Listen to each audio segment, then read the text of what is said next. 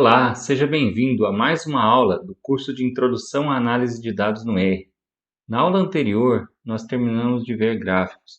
Agora, nesta aula, nós vamos falar de medidas de posição e medidas de dispersão. São outras formas de resumir um conjunto de dados. Vamos lá? Então, primeiramente, nós vamos começar falando das medidas de posição. A primeira medida de posição que nós vamos ver é a média aritmética, ou simplesmente média, que é o somatório de todos os dados dividido pelo número de dados. Então, para aquele exemplo dos salários de 36 indivíduos, a média é simplesmente somar esses 36 salários e dividir pelo número de indivíduos. Então, soma todos os salários, 5,73 mais 13,60, até o último dado aqui, que é 16,61, e divide por 36. E aqui deu, em média, 11,12 salários mínimos. Então, a média é um valor que a gente utiliza para representar esse conjunto de dados. Então, é uma forma de resumir esse conjunto de dados. Estamos aqui no RStudio, vamos ver como calcular a média usando o R. Então, nós vamos entrar com esses dados no R. Então, aqui eu entrei com os dados de salários desses 36 indivíduos. Vou mandar exibir aqui esses dados. O comando que faz o cálculo da média é o comando mean. Então, eu vou simplesmente usar aqui, mean dados, ele vai retornar essa média. Então, vamos executar. Executei. Então, a média para esse conjunto de dados é 11,12. Então, no R é muito fácil calcular a média. É só entrar com os dados e usar o comando, a função mean, para calcular essa média. Na apostila, eu mostro como calcular medidas de posição para dados brutos e para dados agrupados. Mas aqui nesse curso nós vamos trabalhar somente com dados brutos, dados não agrupados, ok? A próxima medida de posição que nós vamos ver é a mediana. Mediana é um valor que 50% dos dados são menores ou iguais a ele e o outro 50% dos dados são maiores ou iguais a ele. Então, a mediana é um número que divide o conjunto de dados ao meio. Vamos ver mediana para um número ímpar de dados. Então, quando o meu n é ímpar. Então, considere esse conjunto de dados ordenados. Então, para calcular a mediana, nós temos que ordenar um conjunto de dados. A mediana é o elemento que ocupa a posição central do conjunto de dados ordenados. Então, nesse caso, a mediana vai ser o número 5, porque ele ocupa a posição central dos dados ordenados. Quando eu tenho um conjunto com um número par de dados, a mediana é a média dos dois elementos que ocupam as posições centrais do conjunto de dados. Então, nesse caso, eu tenho o número 5 e o número 7, que são os dois elementos do meio do meu conjunto de dados ordenados. Então, a mediana é a média desses dois elementos, ou seja, mediana é igual a 6. Note que nem a média nem a mediana precisam ser um elemento dos dados, tá? Elas são valores usados para representar esse conjunto de dados. Então, nesse caso aqui, a mediana é o número 6, não faz parte do conjunto de dados, não tem problema. Qual é a informação que eu tirei daqui? Metade dos dados são menores ou iguais a 6 e outra metade dos dados são maiores ou iguais a 6. Como nós calculamos a mediana usando R? Então, vamos entrar aqui um conjunto de dados ímpar. Então, chamei de dados 1, esse conjuntinho de dados. A mediana, eu vou usar a função median. Então, median dados 1 vai retornar a mediana desse conjunto de dados. Então, a mediana é 5. Vou entrar com um conjunto de dados par, somente para exemplificar. Então, tem o conjunto de dados par, dados 2, está aqui 4 dados. A mediana é 6, que é a média dos dois elementos da posição central. Note que aqui os dados estão ordenados, mas e se eles não tivessem? Daria algum problema para o R? Problema nenhum. Vamos trocar de posição então.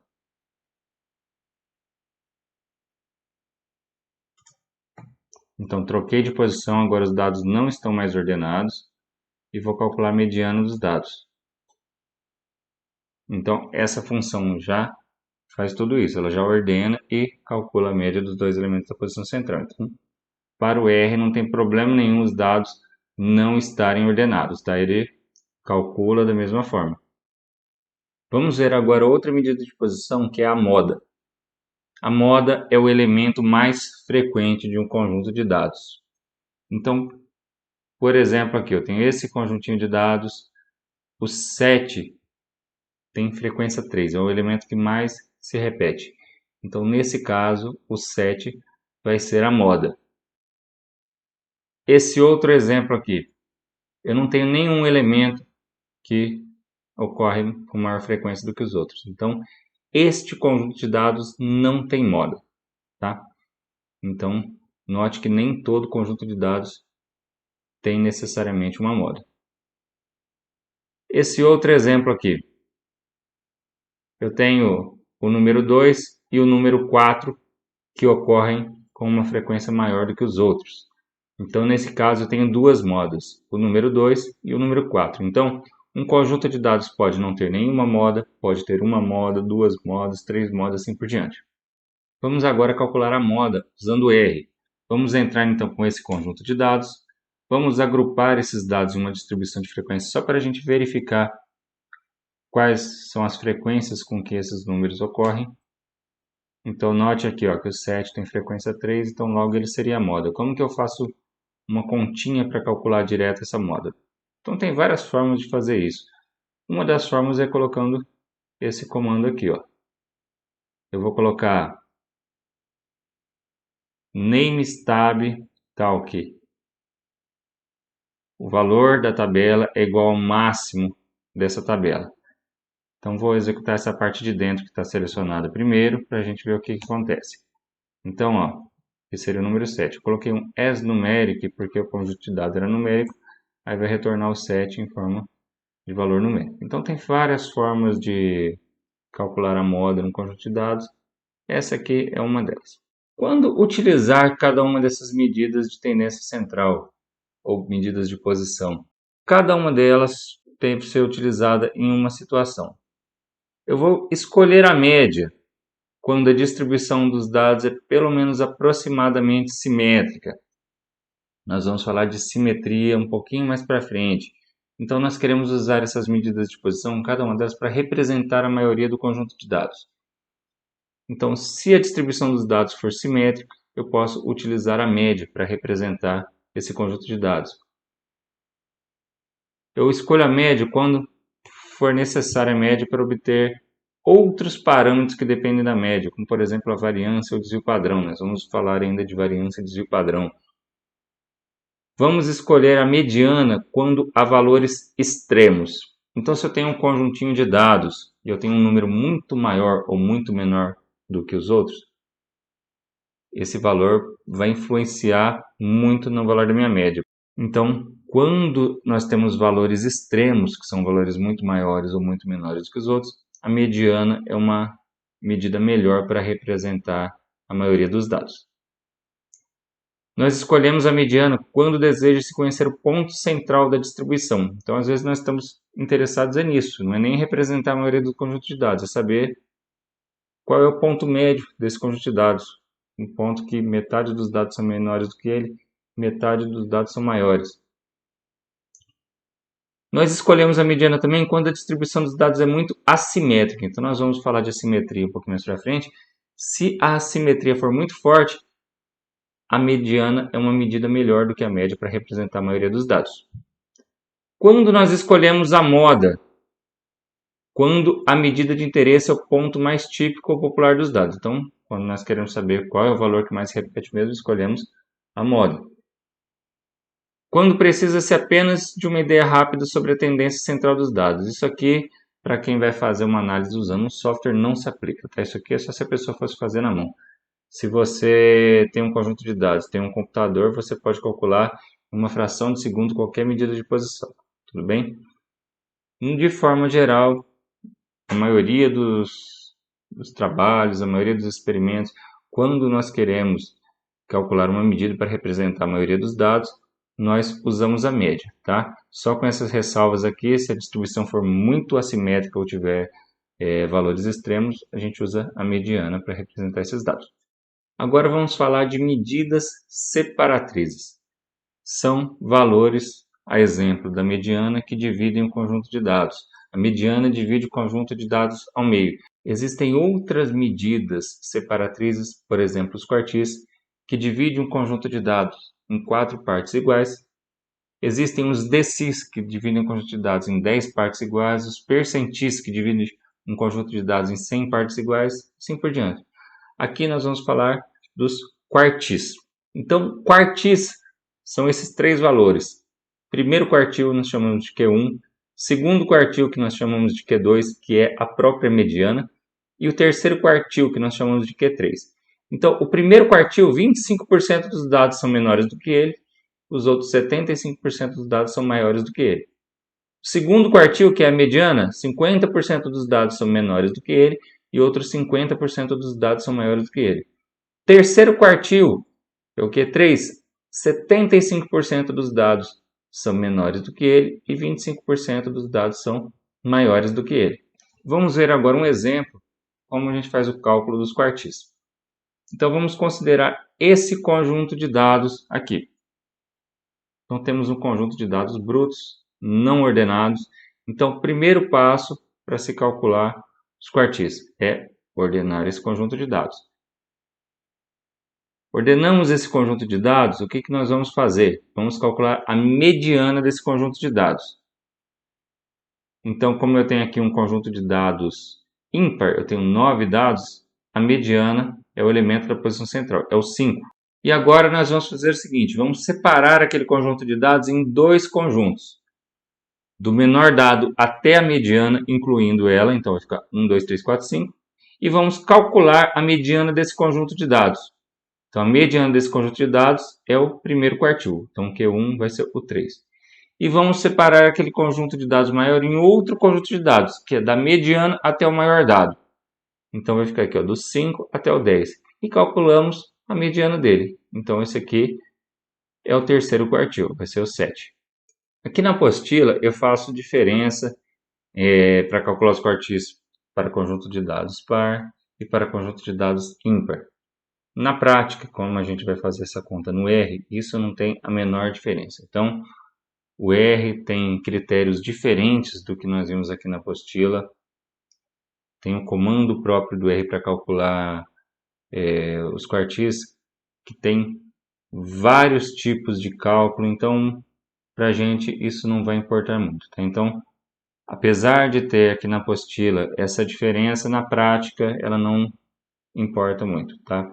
Porque independente do método que o R utiliza, é uma boa medida para considerar como quartil. Então tem várias fórmulas de chegar nos quartis e dá um resultado um pouquinho diferente, mas esses resultados são próximos, tá? Então estamos aqui no RStudio, vamos calcular os quartis usando o R. Então vamos entrar com esse conjunto de dados no R. Note aqui que esses dados não estão ordenados, mas não importa, o R calcula mesmo assim. Nós podemos usar o comando quantile para calcular os quartis para esse conjunto de dados.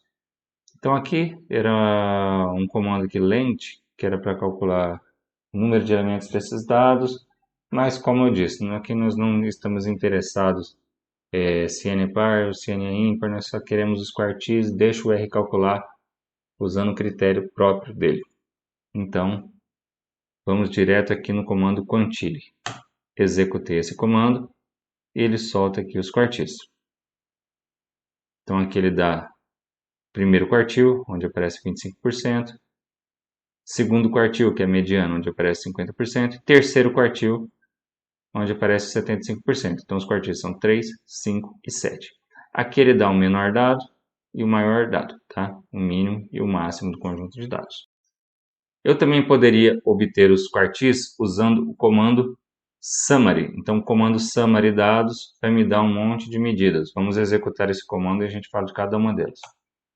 Então, esse comando summary, ele me retorna o seguinte: o mínimo, que é o menor dado, o primeiro quartil, a mediana, a média, o terceiro quartil e o máximo. Então, além dos quartis do mínimo e o máximo, esse comando summary me retorna a média, tá? Agora nós vamos falar do boxplot. É um gráfico dos mais utilizados na estatística. Não falei na parte de gráficos porque nós não tínhamos visto quartis ainda.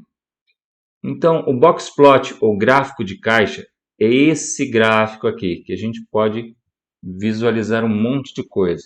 Ao redor de quais faixas de valores os dados estão concentrados. Se nós temos dados discrepantes, tá?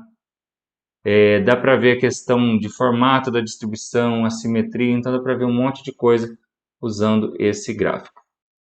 Como é feito esse gráfico? Então aqui nós temos primeiro quartil, segundo quartil e terceiro quartil. Então dentro dessa caixa já tem 50% dos dados. Aqui nós temos essa perninha inferior do boxplot, é o menor valor que não é menor do que esse limite inferior. Esse limite inferior é para saber se tem dados discrepantes, tá? E o limite superior também é para saber se tem dados discrepantes. Então essa perninha aqui do boxplot vai ser fechada no menor dado que não ultrapassou o limite inferior. E a perninha de cima vai fechar no maior dado que não ultrapassou o limite superior. Se tiver algum dado que está para baixo do limite inferior ou para cima do limite superior, eu represento ele por uma bolinha. Aqui eu chamei de outlier, mas não necessariamente esse valor é um outlier, tá? Esse valor pode ser simplesmente um dado que é um pouquinho maior do que os outros. A definição de outlier é um pouquinho mais rigorosa do que isso, mas nós não vamos entrar nessa discussão aqui nesse curso. O limite inferior, que é para ver se tem algum dado extremo, é dado por primeiro quartil menos 1,5 vezes distância interquartílica. Distância interquartílica é terceiro quartil menos primeiro quartil, tá? É a diferença entre o primeiro e o terceiro quartil. Então, fazendo essa conta, nós vamos achar essa linha pontilhada aqui, ela não precisa ser mostrada no gráfico, tá? A gente só vai utilizar como critério para saber se tem um dado discrepante ou não. E o limite superior é terceiro quartil mais 1,5 vezes distância interquartílica. Então aqui nós temos um exemplinho, nós tínhamos um conjunto de dados, aqueles já estão ordenados, já temos aqui primeiro, segundo, terceiro quartil, né? A distância interquartílica, como eu disse, é o terceiro quartil menos o primeiro, então vai ser 7 menos 3, vai dar 4. Limite inferior é primeiro quartil menos 1,5 vezes distância interquartílica. Então vai ficar 3 menos 1,5 vezes 4, deu menos 3. Não tem nenhum dado menor do que o limite inferior. Limite superior é terceiro quartil mais 1,5 vezes a distância interquartílica. Então vai dar 7 mais 1,5 vezes 4, deu 13. Nós temos aqui um dado que é maior do que esse limite superior. Então esse dado aqui, ele vai entrar como uma bolinha lá no boxplot. Então aqui está o boxplot para esse conjunto de dados. Note que eu fechei a perninha superior do meu boxplot no maior dado que não excedeu aquele limite superior, e aquele 16 eu fiz uma bolinha aqui para mostrar que esse é um dado discrepante, é um dado um pouco maior do que os outros. E aqui está o meu boxplot. Eu consigo enxergar ao redor de que faixa de valores esses dados estão concentrados, consigo enxergar a questão de assimetria que vai ser discutida um pouquinho mais para frente. Então é um gráfico bastante interessante. Outra coisa muito interessante do boxplot é que nós podemos fazer boxplot comparativo. Então nós podemos usar um mesmo gráfico para comparar dois conjuntos de dados. Isso dá para ter uma ideia se algum conjunto de dados já tem uma média maior do que o outro, se tem diferença de variabilidade, que nós vamos ver mais para frente. Então vamos ver esse exemplo. Foi feito um experimento para comparar dois métodos de treinamento de um serviço especializado. Então, 10 homens foram treinados pelo método A, outros 10 foram treinados pelo método B, e depois de acabar o treinamento, eles realizaram esse serviço e foi avaliado o tempo que cada um gastou para fazer o serviço. Então, aqui o método A, o primeiro indivíduo gastou 11 minutos, o segundo gastou 20, o terceiro gastou 5, assim por diante. E no método B, o primeiro gastou 23 minutos, o segundo 46, assim por diante. Esse aqui é o boxplot comparativo desses dois métodos. Então aqui nós colocamos método A e método B, e aqui o tempo em minutos. Montamos aqui um boxplot para o método A e um boxplot para o método B. Observando esse gráfico, nós já temos uma ideia que o método A parece ter sido mais eficiente do que o método B, porque parece que os indivíduos que foram treinados pelo método A estão realizando esse serviço em um tempo menor do que os que foram treinados pelo método B. Então, é interessante para uma comparação visual entre dois conjuntos de dados utilizar um boxplot comparativo. Dá para enxergar também questão de variabilidade. Ó. A concentração desses dados está muito parecida com a concentração desses. Não tem muita diferença entre o tamanho das caixas, o tamanho das perninhas do boxplot. Então, a gente também consegue enxergar a questão de variabilidade dos dados. É bom que já introduz essa ideia de variabilidade que nós vamos ver a seguir, medidas de dispersão. Então vamos ver agora no RStudio como nós vamos fazer um boxplot. Então vamos entrar aqui com um conjuntinho de dados e o comando que gera um boxplot é o comando boxplot. Então se eu escrever simplesmente boxplot dados, ele já geraria para mim esse gráfico. Então vamos dar aqui um X11 para abrir uma nova janela gráfica. E eu vou colocar boxplot dados e no eixo Y eu vou colocar aqui, ó, ylab, nome da variável, tá? Seria o nome da minha variável. Para esse caso, é um conjunto de dados qualquer. Escrevi aí o nome da variável aleatoriamente só para mostrar que dá para colocar o nome do meu tipo de variável que eu estiver utilizando. Vamos ver agora como fazer um boxplot comparativo. Então eu vou entrar aqui com dados de tempo e com dados de método. Então aqui eu coloquei os tempos dos 20 indivíduos, tá? E aqui eu vou mandar repetir AB cada 10. Então vai ficar A 10 vezes, B 10 vezes. Então eu vou criar aqui um data frame só para mostrar a estrutura desses dados. Que geralmente em uma pesquisa nós montamos uma tabelinha desse jeito. Os dados são tabulados numa planilha do Excel, por exemplo, dessa forma. Então aqui, ó, primeiro indivíduo foi submetido ao método A, tempo foi 11. Segundo indivíduo submetido ao método A, tempo foi 20. Terceiro indivíduo submetido ao método A, o tempo foi 5. E assim por diante. Depois começa os que foram submetidos ao método B, 23, B, 46, B, 13 e assim por diante. Então, geralmente, um conjunto de dados vem dessa forma. Então, já estou colocando para vocês dessa forma, tá? Como nós vamos gerar um boxplot comparativo? Simplesmente usar o comando boxplot tempo tiozinho método. Esse tiozinho aqui significa tempo em função de método, tá? Então vamos executar esse comando. Vou dar um X11 aqui para abrir uma nova janela. Então, boxplot tempo em função de método. Então já aparece aqui o boxplot pronto. Já preenche aqui o método, tempo, coloca aqui A e B, então já está pronto meu boxplot comparativo. Agora nós vamos falar de medidas de dispersão. Como eu disse, nós usamos as medidas de posição para tentar representar todo um conjunto de dados. Só que olha aqui um exemplinho. Temos dois domicílios. No primeiro moram 7 pessoas, todas com 22 anos. Então a média x barra é igual a 22. Ah, beleza, representou perfeitamente todos os dados. Agora vamos considerar outro domicílio. Tem uma pessoa de 17 anos, outra de 23, uma criança de 2, outra de 3, um de 38, outro de 8 e uma de 63 anos. Olha aqui as diferenças de idade. Quando calculamos a média, também dá 22. Aí nós falamos o seguinte, a média de idade é de 22. O que nós imaginamos? Que moram 7 pessoas jovens com aproximadamente 22 anos. No primeiro caso é verdade, no segundo é mentira.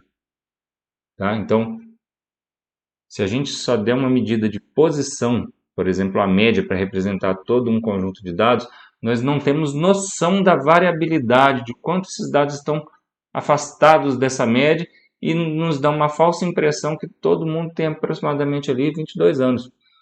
Então, além de uma medida de posição para representar um conjunto de dados, nós precisamos de uma medida de variabilidade ou medida de dispersão. Então vamos ver as principais medidas de dispersão que são utilizadas para ajudar a representar um conjunto de dados. A primeira é a amplitude. Amplitude é simplesmente o maior dado menos o menor dado, que é o x máximo menos x mínimo. Vamos considerar esse exemplo. Então, eu tenho 5 conjuntos de dados, todos eles a média é 5, só que eu tenho uma dispersão diferente em cada um desses conjuntos de dados. Então, para esse primeiro conjunto de dados, vai ficar 7 menos 3, então tem uma amplitude de 4, né? No caso aqui são notas de aluno, então são pontos, tem uma diferença de 4 pontos. No segundo, esse é 9 menos 1 tem uma diferença de 8 pontos, então essa amplitude é 8. Terceiro, todo mundo tirou 5 na prova. Amplitude é 0. O que isso significa amplitude 0? Não existe variabilidade no meu conjunto de dados. Os dados são todos iguais. E assim por diante. Então ela dá uma ideia da variação máxima, variação total existente nesse conjunto de dados. Então vamos ver como calcula a amplitude usando o R. Então vamos entrar aqui com um conjuntinho de dados. Então aqui estão os dados. Eu quero calcular a amplitude. O comando que eu vou usar aqui é diff range dados. Então vamos ver o que cada parte dessa faz separadamente. Range dados, ele vai dar o menor e o maior dado. Então aqui, o menor dado é 3 e o maior dado é 7. O comando diff, ele vai calcular a diferença entre esses dois dados. Então, se eu executar essa parte aqui, ele vai fazer aqui 7 menos 3. Então, calculou a diferença. Então, eu atribuí aqui um objeto a diff range dados. E ele vai calcular aqui a amplitude para mim. Poderia ainda fazer a, que é a amplitude, recebe máximo dos dados menos o mínimo dos dados. Então, a função max calcula o máximo. A função min calcula o mínimo. E aqui eu simplesmente peguei um menos o outro. Então, fazendo essa continha aqui também deu 4. Qual é o principal problema de usar a amplitude como medida de dispersão? A amplitude só considera o mínimo e o máximo, ela não considera o restante dos dados. Então, se tiver algum dado discrepante, por exemplo, o mínimo for muito menor do que os outros, ou o máximo for muito maior do que os outros, ela vai superestimar essa variação dos dados. Então, qual é a ideia para obter uma nova medida de dispersão? Utilizar a distância entre os dados e a média, por exemplo. Então, daí surgiu o desvio médio absoluto. Então, o desvio médio absoluto vai considerar cada dado menos a média. Então, aqui, eu vou considerar os desvios, xi menos x barra. Então, aqui, para esse conjuntinho de dados, a média é 5. Aqui eu tenho os dados 3, 4, 5, 6, 7. Então, eu vou calcular os desvios. Se eu somar os desvios, isso é propriedade de somatório. O somatório dos desvios ao redor da média dá 0 para qualquer conjunto de dados. Então, uma forma do somatório desses desvios não dar 0 é, ao invés de somar os desvios, somar os módulos dos desvios. O que é módulo? Módulo é colocar aquelas duas barrinhas. Se eu calculasse o módulo disso aqui, seria módulo de menos 2, que seria igual a 2. Módulo deixa tudo que é negativo positivo. Então, essa medida aqui, desvio médio igual ao somatório do módulo de xi menos x barra dividido por n, dá uma ideia da variabilidade dos dados ao redor da média. Então, para aquele conjuntinho de dados, que eu tinha aqueles 5 dados, calculei aqui, somatório dos módulos dos desvios, dividir por 5, que é o número de dados. Deu 1,2 pontos. Isso dá uma ideia da variabilidade desses dados ao redor da média. Outra forma de evitar que o somatório dos desvios dê em 0 é elevando esses desvios ao quadrado. Então, aqui, que estão os desvios ao redor da média. Se eu pegar cada desvio e elevar ao quadrado, o resultado é um valor positivo. Agora que eu somar, não vai dar 0. Só vai dar 0 se os dados forem todos iguais, tá? Do contrário, não dá 0. Então, somatório de xi menos x barra ao quadrado, aqui nesse caso, deu 10. Então, nós vamos usar essa ideia aqui para montar uma nova medida de dispersão que nós vamos chamar de variância. Então, a variância dada por essa formulinha aqui, isso aqui é a variância amostral. Quem for estudar inferência estatística vai ver que tem variância amostral, variância populacional. As formulinhas são um pouquinho diferentes. Na variância populacional aqui a gente divide por n, ao invés de n-1. Mas isso é um assunto para um outro curso, tá? Aqui nós vamos considerar que estamos trabalhando com amostras, então nós vamos dividir a variância por n-1. Então a formulinha da variância, nós vamos denotar ela por S ao quadrado, poderia ter chamado de V, variância, que é só uma notação, tá? S ao quadrado é o nome da variância. É somatório de x menos x barra ao quadrado dividido por n-1.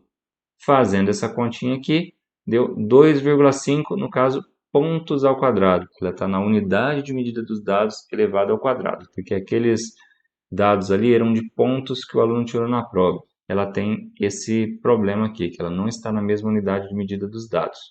A variância também tem essa outra formulinha alternativa aqui, tá? 1 sobre n-1 que multiplica somatório de xi ao quadrado menos somatório de xi, entre parênteses ao quadrado sobre n. Dá o mesmo resultado. Então, só para mostrar aqui, se fizermos aquelas continhas, calcula o somatório de xi, eleva cada dado ao quadrado, calcula o somatório de xi ao quadrado, substitui, deu 2,5 pontos ao quadrado. Então, dá o mesmo resultado. Mas para a gente aqui isso não importa muito, porque nós vamos fazer usando o R. Então, nós estamos aqui no RStudio, vamos calcular a variância para esse conjunto de dados. Vamos entrar com os dados. O comando que calcula a variância é o comando var. Var dados, ele já calcula a variância amostral, tá? Então ele divide por n-1 aqui na hora de fazer essa continha. Então vamos executar isso aqui, eu estou criando um objeto que eu chamei de S2. S2 recebe var dados e aqui eu mandei exibir o S2. Então, ó, a variância deu 2,5. Agora nós vamos ver o desvio padrão. Desvio padrão é uma outra medida de posição que veio para resolver um problema da variância. Como eu disse, a variância ela é dada na unidade de medida dos dados ao quadrado. Nós queremos uma medida de dispersão que esteja na mesma unidade de medida dos dados. Então, para isso foi criado o desvio padrão. Desvio padrão nada mais é do que a raiz quadrada da variância. Então, ó, desvio padrão nós vamos chamar de S, é igual a raiz quadrada da variância, que é o S ao quadrado. Tá? Então, raiz quadrada do S ao quadrado é igual a S. Vamos considerar um exemplo em que a variância de um conjunto de dados, que era um dado de pesos, que a unidade de medida era quilos, a variância deu 322,35 quilos ao quadrado. Só que eu queria uma medida de dispersão que estivesse em quilos, e não quilos ao quadrado. O que podemos fazer? Calcula o desvio padrão. Então, nós vamos calcular o S, que é a raiz quadrada da variância.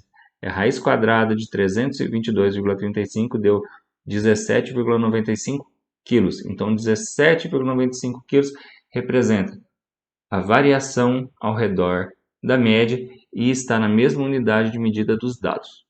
Bom, então nós estamos aqui no R, vamos pegar aquele mesmo conjuntinho de dados que nós usamos para a variância, vamos calcular agora o desvio padrão. Tá? Então aqui, ó, vou entrar com esses dados no R. O comando que calcula o desvio padrão é o comando SD. SD é Standard Deviation, ou desvio padrão. Então, criei um objeto S, S recebe SD dados, e aqui eu mandei exibir o S. Coloquei um ponto e vírgula, e S ele vai exibir esse desvio padrão. Então, vamos executar. Então, o desvio padrão para esse conjunto de dados deu 1,58 aproximadamente. Poderia também ter calculado a variância e pedido a raiz quadrada dela. Então, ó, aqui eu vou criar o objeto S2, que é a variância dos dados, e aqui eu vou criar o objeto S, que é raiz quadrada de S2. Então, SQRT é a raiz quadrada do que está aqui dentro, que no caso é a variância, tá? Será que dá o mesmo resultado? Vamos testar? Então, ó, cria a variância e aqui a raiz quadrada da variância. Também deu 1,58, tá? Então, posso calcular o desvio padrão usando SD dados ou calculo a variância e tiro a raiz quadrada dela. Da mesma coisa. Outra medida de dispersão é o coeficiente de variação. Essa medida é muito importante quando eu quero comparar variabilidade de conjuntos de dados diferentes. Então, como eu vou saber se um conjunto de dados tem maior variabilidade do que outro? Uma forma simples é olhando, por exemplo, o desvio padrão. O que tem maior desvio padrão tem maior variabilidade. Isso pode ser feito se os dois conjuntos de dados forem referentes à mesma variável e elas estiverem em uma mesma escala. Se eu quiser comparar variabilidade de dados com unidades de medida diferentes, desvio padrão já não é uma boa ideia, tá? Porque desvio padrão, se uma variável é dada em quilos e a outra é dada em metros, o desvio padrão de uma vai ser em quilos e o desvio padrão da outra vai ser em metros. Então, como que eu comparo quilos com metros? Não faz muito sentido, tá? Para isso, nós usamos o coeficiente de variação. Ele não tem unidade de medida, ele é dado em porcentagem de variação ao redor da média. Ele é adimensional, tá? Ele não tem unidade de medida. Então, o coeficiente de variação ele é dado por essa fórmula aqui. Ele é dado pelo desvio padrão dividido pela média vezes 100 e coloca o símbolo da porcentagem, porque, como eu disse, ele é dado em porcentagem. Como eu interpreto isso? Geralmente, um conjunto de dados que tem uma dispersão baixa tem um coeficiente de variação menor do que 15%. Tá? Dispersão média entre 15% e 30%. E uma alta dispersão é um coeficiente de variação maior do que 30%. Isso quando eu quiser saber simplesmente se um conjunto de dados específico tem variabilidade baixa, média ou alta. Agora, se eu quiser comparar a variabilidade de dois conjuntos de dados, é só olhar o coeficiente de variação de um e o do outro. O que tem maior coeficiente de variação tem maior variabilidade. Então, vamos ver um exemplo. Tenho 10 indivíduos e tenho essas medidas dele: estatura, peso e idade. Então, tenho as alturas, os pesos e as idades de cada um dos 10 indivíduos. E agora nós queremos saber o seguinte: qual dessas três variáveis tem maior variabilidade? Uma é dada em centímetros, outra em quilos e outra em anos. Não faz sentido comparar o desvio padrão de uma com a outra. Por exemplo, o desvio padrão da altura é dado em centímetros. O desvio padrão do peso é dado em quilos. Como que eu comparo centímetro com quilos? Ou como que eu comparo quilos com anos? Então, não dá para fazer essa comparação diretamente, usando o desvio padrão, tá? Então, vamos usar o coeficiente de variação, que ele não tem unidade de medida. Então, aqui eu montei essa tabelinha, que eu tenho a média, a variância, o desvio padrão e aqui embaixo o coeficiente de variação. Então, se eu pegar aqui, por exemplo, para a variável estatura, fizer 10,76, que é o desvio padrão, dividido pela média, que é 166,80, vezes 100, e colocar o símbolo da porcentagem na frente, vai dar 6,45%. Então, esse é o coeficiente de variação para a variável estatura. Fazendo a mesma coisa aqui para peso, vai dar 25,28. Então, esse é o coeficiente de variação para a variável peso. E para a variável idade, o coeficiente de variação dá 12,81. Então, note aqui. A variável que tem menor variabilidade é estatura, ou altura, tá? A que tem maior variabilidade é o peso. E a idade tem uma variabilidade intermediária aqui entre essas duas. Vamos ver agora no RStudio como calcular o coeficiente de variação. Então, vamos entrar com esses dados de estatura, peso e idade. Vou calcular agora o coeficiente de variação para a estatura. Então, vou chamar de CV1, coeficiente de variação 1. Recebe 100, que é da formulinha, vezes o desvio padrão da estatura, SD estatura, dividido pela média de estatura, min estatura. Fazendo essa continha aqui, vou ter o coeficiente de variação para estatura. Fazendo a mesma coisa aqui para a variável peso, chamei aqui de CV2, é 100 vezes o desvio padrão do peso, dividido pela média do peso. Vai dar 25,27. Fazendo a mesma coisa aqui para a idade, 100 vezes o desvio padrão da idade, dividido pela média da idade. Chamei de coeficiente de variação 3, CV3. Fazendo a continha, 12,79. Então, é assim que nós obtemos coeficiente de variação no R.